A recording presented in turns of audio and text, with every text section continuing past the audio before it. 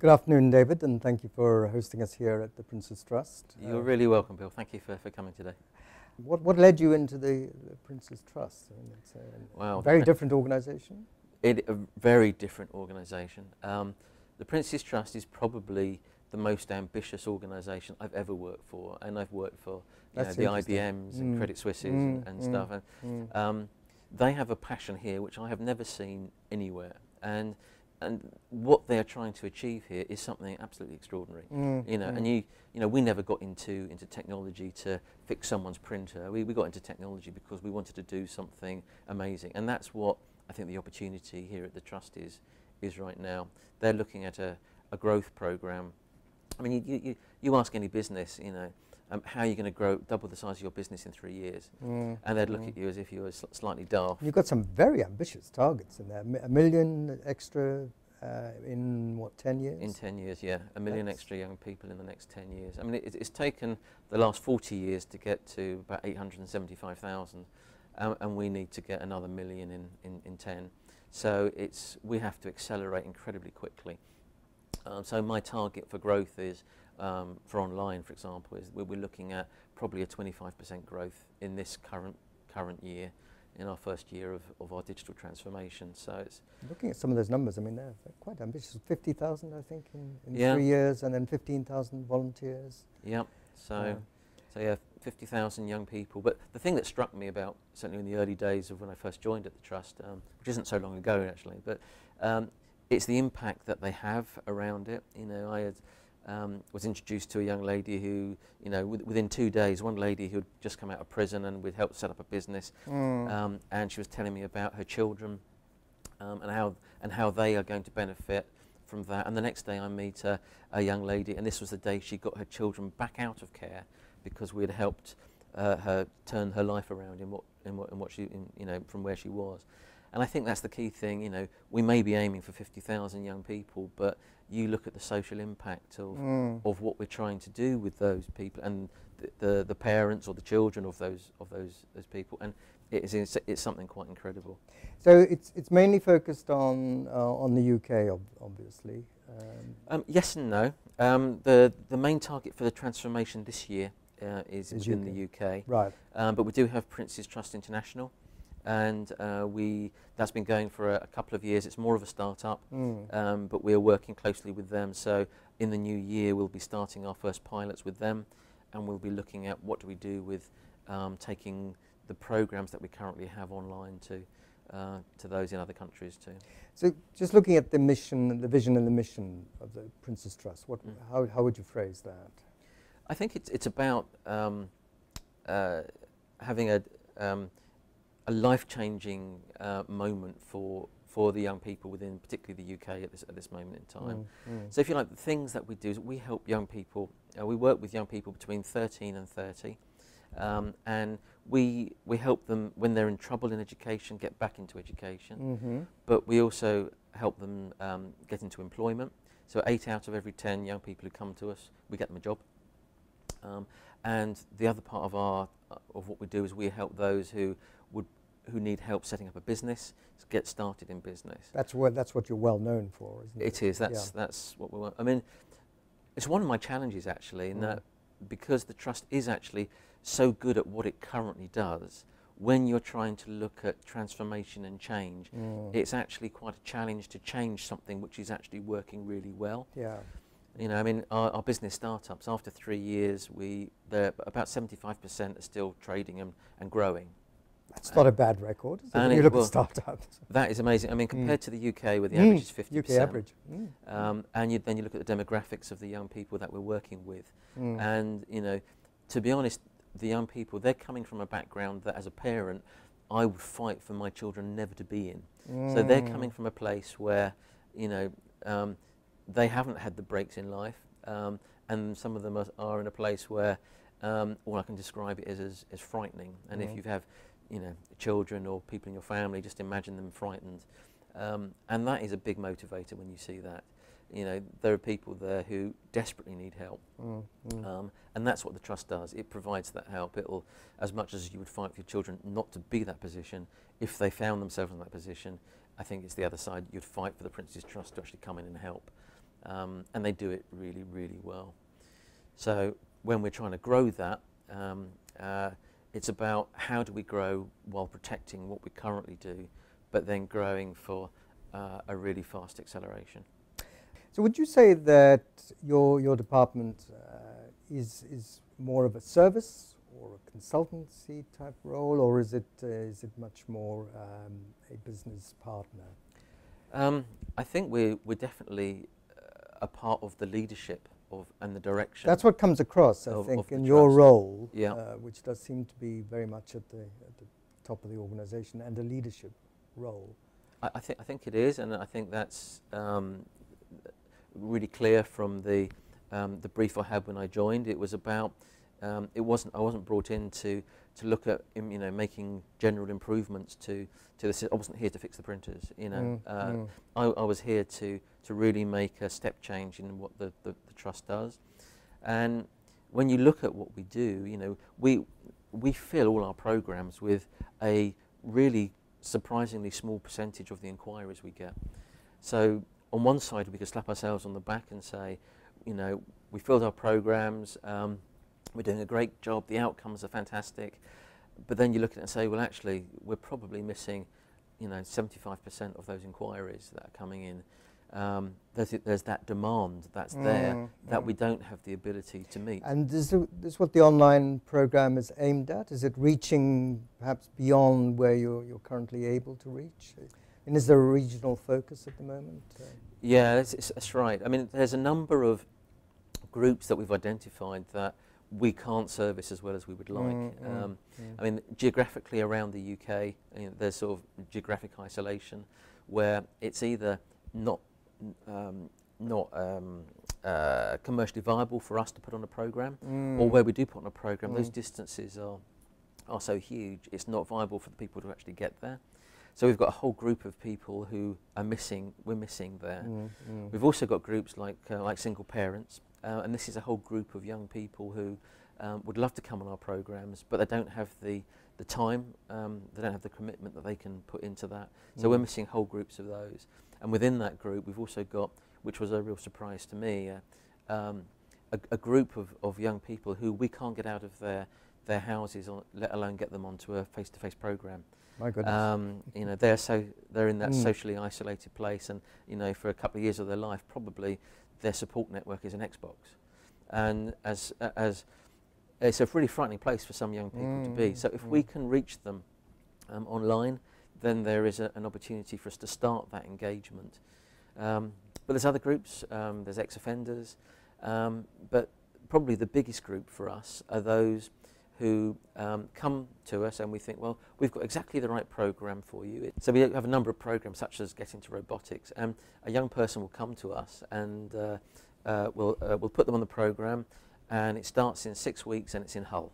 And if you're a young person who's been on the street or living on someone's sofa, or have been through therapy for rape or abuse or all sorts of things, for us to come back and say, we're going to help you in 6 weeks' time. 6 weeks is a lifetime. It's a long time, isn't it? Yeah. Especially if you're in a bad way psychologically. Yeah. Exactly. Yeah. So if we can actually start that engagement straight away and say, okay, yeah, we're here to help right now, and yeah, the online program might be exactly what you need, or it may actually be what we need to do is to just be that support network until we get them onto that face-to-face program. So whether it's some of the more light touch programs, or whether it's the really difficult programs for some of the young people that we run, we think there's a place for online to actually deliver that, and hence we're putting a lot of effort into getting this program up and running. So as a program, you're managing a big program here. What are the major challenges? What have been the major challenges? I think I'd classify it probably in two areas. One is obviously we're a charity, and we don't have a huge amount of investment capital in terms of. You've had sponsorship from 2 or 3 organisations. Yeah. So we've had some amazing sponsorship from NatWest and from Nominet in terms of helping us get this off the ground. But in terms of when you read in the press about London being the largest tech hub in Europe, and the amount of of investment coming in, it doesn't tend to come to existing businesses. It tends to go to startups or to other organisations trying to direct that money into a major transformation such as what we're doing here is more of a challenge. Because it's not so digital as so much as a cultural and organisational and business change. Is that the issue? I think it's about just attracting, people want to do something new, and trying to redirect something to a transformation of something that exists is something which is more of a challenge, I think, than coming up with something brand new. I think the whole program that we've put together in terms of our ambition has actually rekindled a lot of investment into the trust, and I do know that one of the our business sponsors did say, David, it's about time that we'd started looking at some of these things, but we have been, we're very fortunate with some of our business sponsors. So we've got, as well as them sponsoring, if you like, the funding of it, what's probably as much or more valuable to me is them funding their time and their technical skills. So just as an example, we have ARM have given us 2 technical architects to help us pull the system together. You've got that sort of clout really as the Prince's Trust. I think it's one of the things I've learnt here. We had it at Royal Botanic Gardens Kew as well. You could get there's a reputation, and that rubs off onto the sponsoring organisation or sponsoring people. Yeah. But so we've had we've got Deloitte's currently working with us on how do we match our young people to our mentors. We've got Royal Bank of Scotland developing a business planning tool online for us. We've got JP Morgan developing an assessment tool for us. We've got content coming in from L'Oreal, from HP, from Accenture, and you put all these bits together. We are, on one side, incredibly lucky that, you're right, the reputation of the trust is really strong, and we can go in and say, actually, what I need help with is something that is really important, and you can help us with that, and they really step up to that. I was at a conference the other day, and they were talking about business transformation, and they were talking about how somebody was looking at transforming, a machine, a bit like those coffee machines, but for juice and stuff. And you do sit there thinking, if you're going to do some real innovation and transformation, why not do something that really matters, And I think that's what some of our sponsors are buying into right now is, they can see what we're doing has an amazing impact for thousands of young people. It's good for the young people. It's also good for the UK as an economy and the social fabric. So, as a CIO, I mean, you're more than a CIO. In fact, you're almost a business transformation director. I think it's a mix, isn't it? Yeah. I mean, there's whether you're a CIO or a CTO or business transformation or IT director, for me, I don't see that they're actually that much different. You're the guy in the organisation who's responsible for driving and leading the organisation to a different place with technology. And I think the difference is you've got some people who are really good at farming the systems and getting the most out of what you've got, and you've got others who really enjoy taking the organisation from one place to another. And I definitely fall in that second category. How do you get that credibility? The word I always use is credibility, that as a CIO or an IT function, to be able to get things done, you've got to have that credibility. How do you get it? I think it partly comes from reputation. I think I'd like to think a bit of it. But it's also about, sitting down and actually just mapping out what the ambition is, and getting like-minded people together. And I think that's what I've seen here at the Trust. It wasn't difficult to get really passionate people in a room and say, we're missing these people, this is what we want to achieve, and every day that we miss it, we're missing thousands of young people. Let's do something in this speed. So governance, I mean, is governance an issue? One's got the enthusiasm and the drive, but it's the governance and issues like security, GDPR, etc. Yeah, that's the other side of the coin. How do you deal with those? Yeah, governance. It's about being fleet of foot in terms of what we do. I mean, some of those components there are the things that we just have to do, the GDPRs of this world. You know, it's dull. You know it's going to be dull, but we have to do it. I think it's an opportunity, though, GDPR, because imagine the number of organizations that have got their privacy data well governed is very, very limited. Yeah, it depends on I think, you know, whether you're an artist or a scientist, and how you look at the problem. For me, information management is a necessary evil. For me, what is exciting for me is the business growth and what we can actually do to change people's lives the other end. That's the bit that motivates. So if we can find a way to actually engage with young people in a better way, in a way that makes them successful, which means, you know, that they're in a position where they can support their family and going forward. That is the bit for me that motivates. The information structure, I'm afraid that's going to motivate somebody else, but it's not going to be me. But I have to make sure that it's done. Yeah, yeah, absolutely. I think that's the other side of the coin, isn't it? So the security side. I mean, any particular issues? Any particular advice? About issues, I think, you know, everybody's always looking at the security of the organisation and whether that's on the cyber side. For us, the challenge is always going to be on the safeguarding side of security. Exactly, yes, because these are disadvantaged, vulnerable people. Yeah. I know from my days on the child index that you know, this is a difficult area. Yeah. So we're very interested in the safeguarding side of things. That's so important, isn't it? It is. I mean, for this online communication that is so important for where we're going with the trust. We're running these behavioural management tools, profiling through the conversations, looking for those words and phrases that we can then lift that conversation to a second pair of eyes. And you know, those words aren't bad words. We don't want to stop the conversation. If it's about abuse or knives or gangs, whatever, that may be a very good conversation. But when that happens, we need to lift it to a second pair of eyes to make sure that it's a healthy conversation. And we're talking at the moment with people about machine learning and artificial intelligence.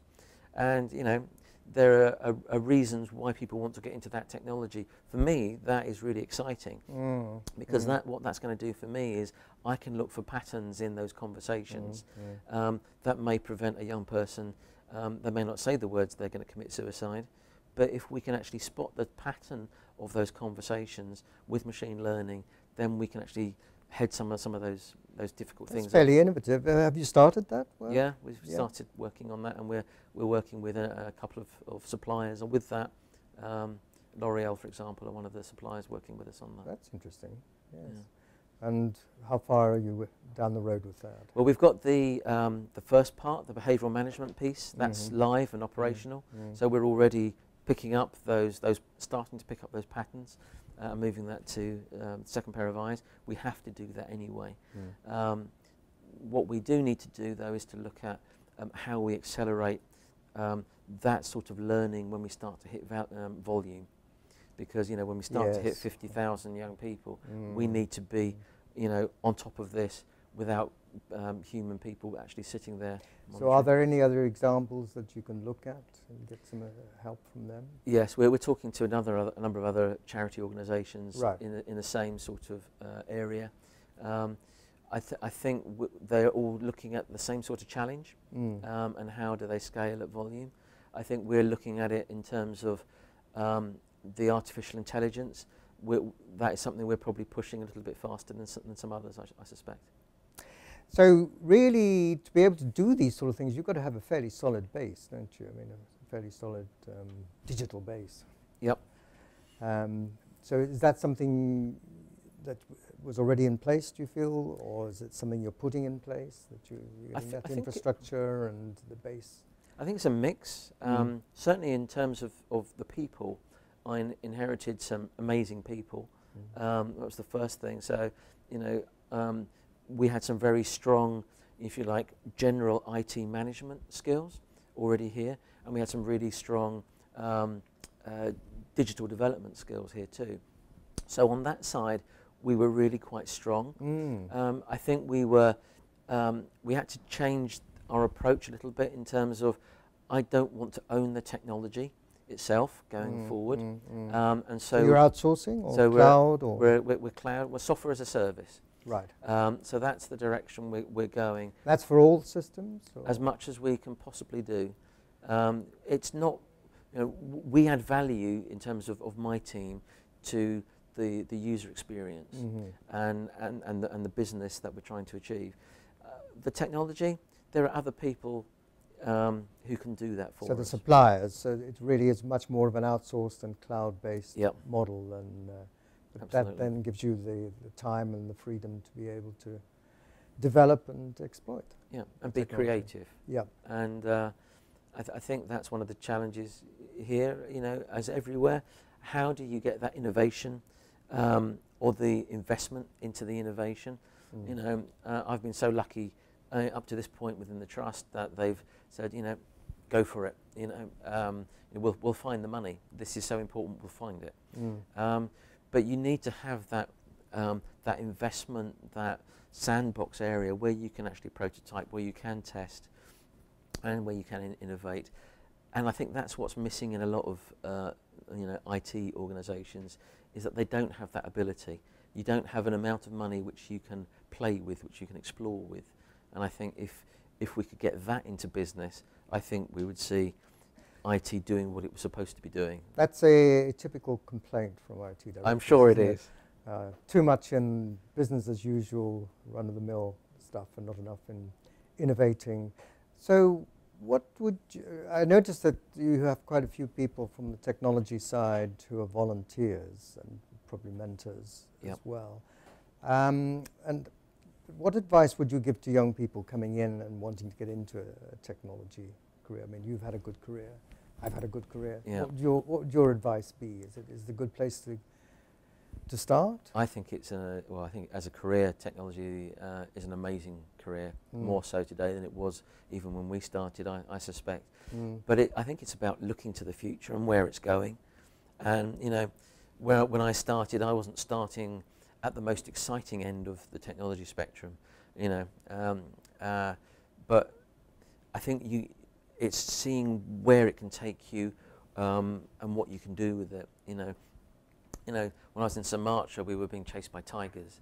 Here we're doing something which is, in my thoughts, extraordinary for young people, and the feedback you actually, it's not just about the technology; it's about what you can do, how you can use it, and what you can use it for.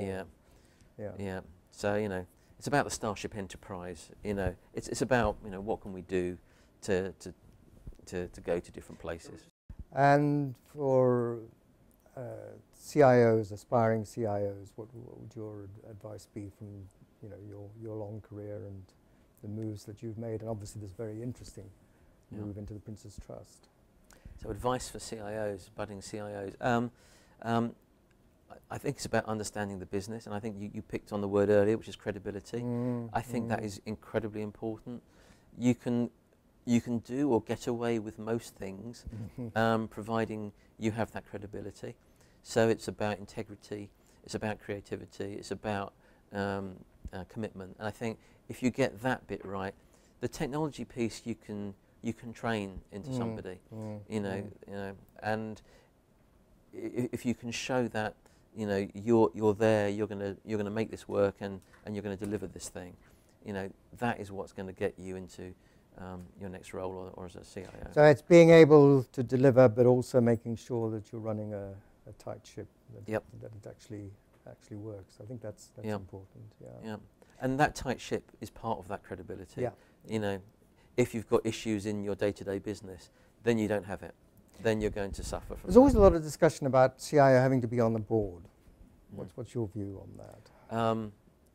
I think I would be biased, but I think it's a definite if you really want to. Because you're in a very senior role and an influential role here, aren't you? Yes, and I think I haven't always had that as a CIO. The difference it makes in able to make change is exponential. It's you have the ability to really influence the strategy and be part of that formation, rather than being somebody who is then just seen to be able to deliver the organisational strategy. And it really does change the position of technology leading the direction of where the organisation is going. Okay, well, thank you very much indeed, David. That was a fascinating insight into a very interesting and important and worthwhile organisation, I think. Thank you, Bill. Thank you very much. Thank you very indeed. much. Thank you.